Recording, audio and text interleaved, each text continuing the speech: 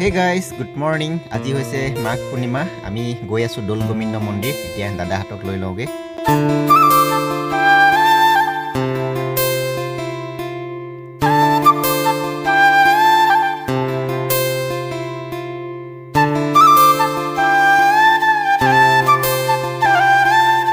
আহি পাই গ'লোঁ উত্তৰ গুৱাহাটী দৌল গোবিন্দ মন্দিৰ।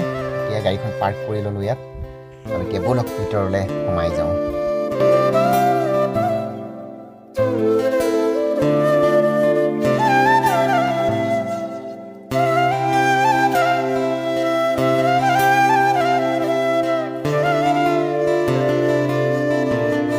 আজি মাঘী পূৰ্ণিমাৰ কাৰণে বহুত ভক্ত আহিছে আৰু এতিয়া আমি লাইনত আছোঁ। ভিতৰলৈ সোমাই যাওঁ। ইফালে পায়স আহি গ'ল। ইয়াৰ ভোগটোৰ কথাটো ক'বই নালাগে, সকলোৱে জানে কিমান সোৱাদ। যাওঁ, এতিয়া আমি গৈ থাকোঁ ইয়াৰ পৰা। বহুত ভাল লাগিলে আজি। আৰু এতিয়া বালাজী